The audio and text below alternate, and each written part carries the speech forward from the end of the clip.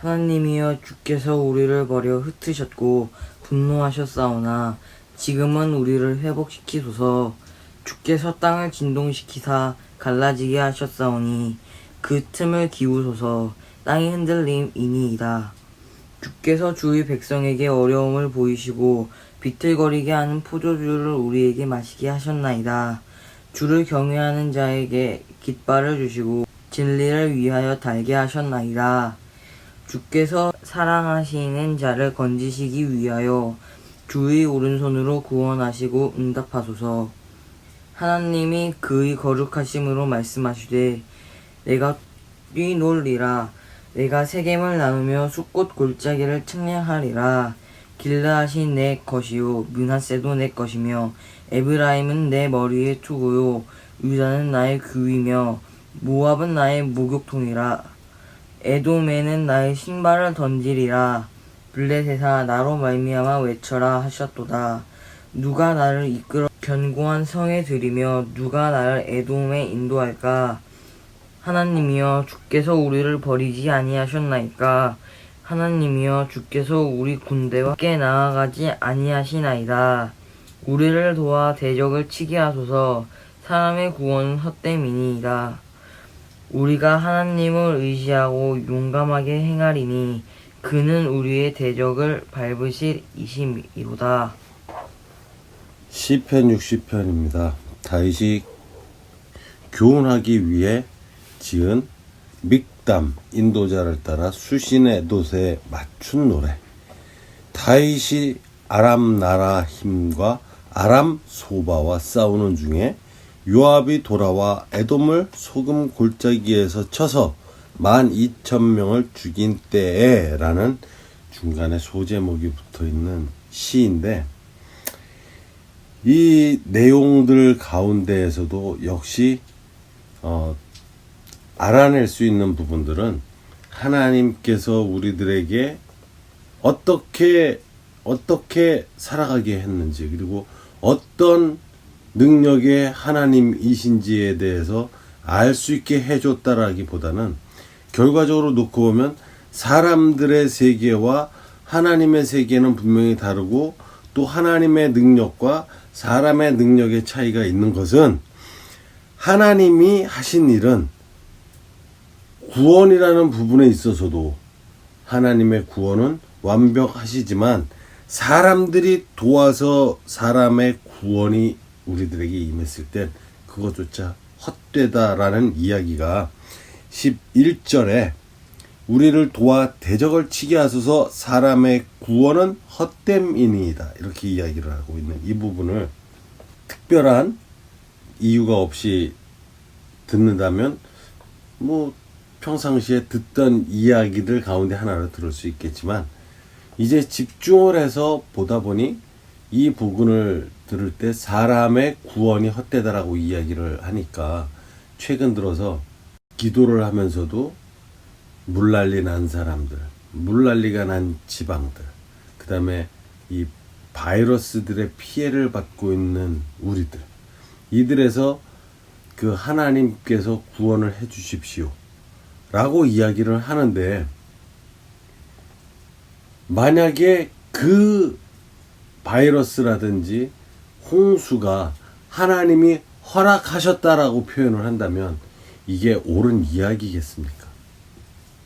하나님께서는 이 자연이 순환하게 만들었고, 그리고 그 자연이 순환하는 가운데 자연에 순응하면서 살아라 라고 우리에게 명령하셨던 것이 아니라, 그 자연과 더불어 우리들에게 나누어 주었던 이 산과 들과 바다와 하늘과 이 모든 것을 분명히 다스리라고 이야기를 하시면서 우리들에게 이 땅을 창조해서 주셨다라는 사실을 돌이켜볼 때, 그렇다면 과연 이러한 우리들 앞에 나타난 지금 당장 어려움들이 하나님이 주신 것이겠느냐?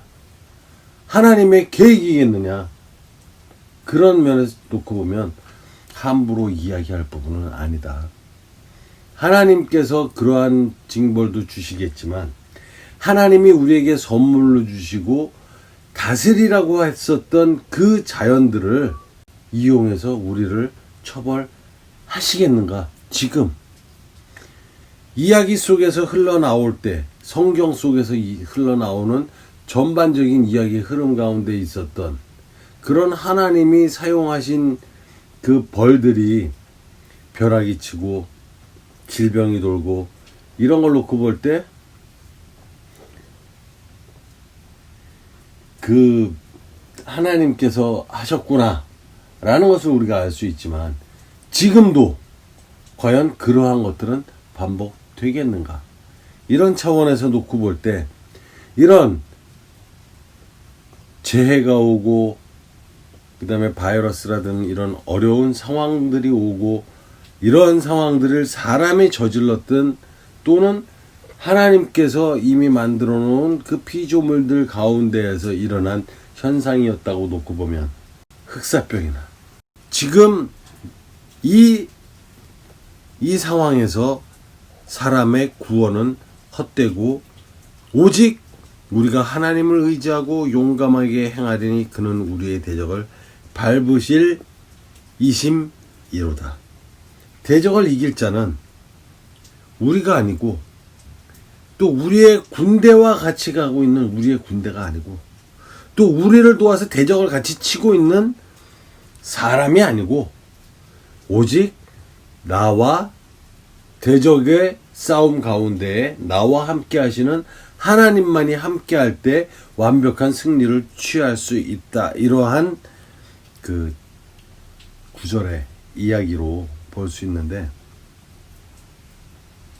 결국은 이 하나님의 이야기와 사람들의 이야기 이 가운데 과연 어떤 것이 더 가치가 있겠느냐라고 생각을 한다면, 지금 우리가 살아가고 있으면서는 하나님께서 나와 함께 해주시는지, 나와 함께 싸워서 승리를 해주신 것인지, 내가 잘난 맛에 지금 승리를 한 것인지 사실 분간이 되지 않는다라는 이야기를 하고 싶은 겁니다. 그래서 지금 그 바이러스 문제 또는 그 홍수의 문제, 이런 것들이 과연 하나님이 일으킨 문제가 아니라 그렇게 되게끔 자연을 다스리지 못한, 그리고 이 자연 생태계를 파괴시킴으로써 그런 일이 발생되지 않았겠느냐. 그러한 비가 오고 홍수가 온다고 해서 노아의 방주 사건 이후에 하나님께서 분명히 다시는 내가 물로 멸하지 않겠다라고 약속을 하셨는데, 그렇다면 지금의 이 홍수는 뭐냐? 노아의 방주 당시에 있었던 물의 심판하고 무엇이 다르냐? 라고 놓고 보면 말할 수 있는 건 딱 하나다, 이 얘기죠. 우리는 지금 하나님이 물로 심판하는 가운데 살고 있는 사람들이 아니다. 이미 우리에게는 물론 더 이상 너희를 심판하지 않겠다는 무지개의 약속의 표징을 주셨고, 그리고 그것이 성경에 써 있고, 그렇다면은 지금의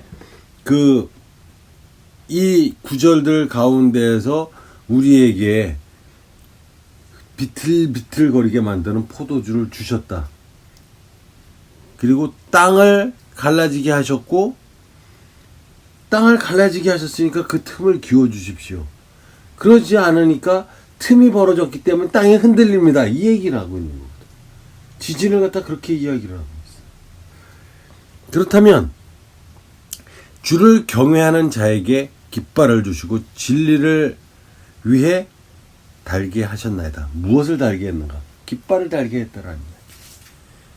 그리고 이 깃발이라고 하는 것은 무지개와 같은 표징과 똑같이 이 깃발 아래 소속된 자들에게 북돋움을 주기 위해서 용기를 준다든지, 또는 퇴각할 때 도망을 같이 가기 위해서 깃발이 도망가면 깃발을 따라서 도망을 간다든지, 이러한 표징이 되기 위해서 세우는 것이 깃발인데, 그렇다면 여기에서 우리들이 그 3절에 보면 주께서 주의 백성에게 어려움을 보이시고 비틀거리게 하는 포도주를 우리에게 마시게 하셨나이다, 이렇게 이야기를 하면 이 포도주 마신 일이 즐거운 일이 없겠는가 아니었겠는가 생각해 본다면, 당장 이것은 좋은 뜻이 아니구나. 이렇게 우리가 알아들을 수 있는 건데, 포도주는 기쁘고 편하게 쉴 수 있고, 그리고 하루의 피로도 풀어줄 수 있고, 또는 그 목마름 갈증에서 벗어나게도 해주고, 반대로 힘을 내게도 해주고 있는데도 불구하고, 이렇게 이야기를 하고 있는 것은 그 포도주를 먹었을 때 똑바로 걷지 못하게 비틀거리게 우리에게 어려움을 주셨다. 이런 이야기를 하고 있다라는 겁니다. 그리고 모압이라고 하고, 또 모압은 나의 모욕통이요 에돔은 나의 신발을 던지라, 블레셋아 나로 말미암아 외치라 하셨도다. 이렇게 얘기하면 도대체 이 의미가 무엇일까?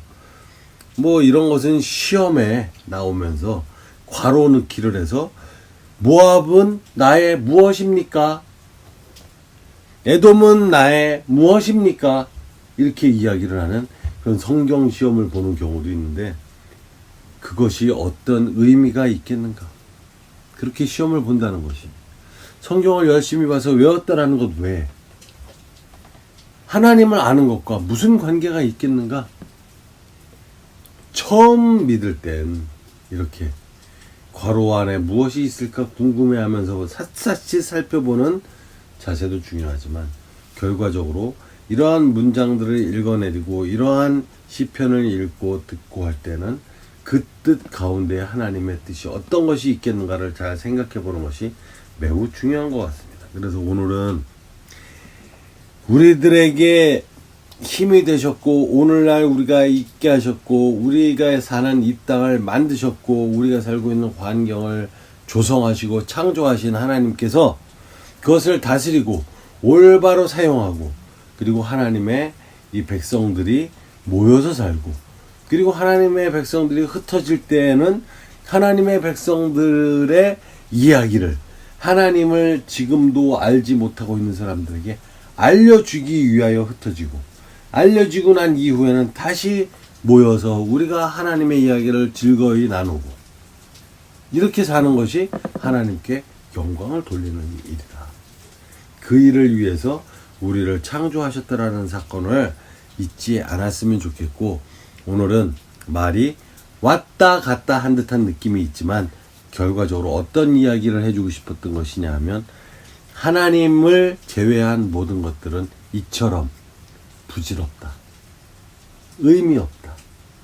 아무리 그럴싸하게 포장을 해서 하나님을 설명한다고 해도 하나님께서 그 포장지 안에 들어가실 것이 아니고, 우리가 이렇게 설명을 하였고 우리가 이렇게 이야기를 나눴다 하더라도 이 말씀을 통하여서 하나님께서 나에게 주시는 메시지가 있는 분이 분명히 있으리라 믿고,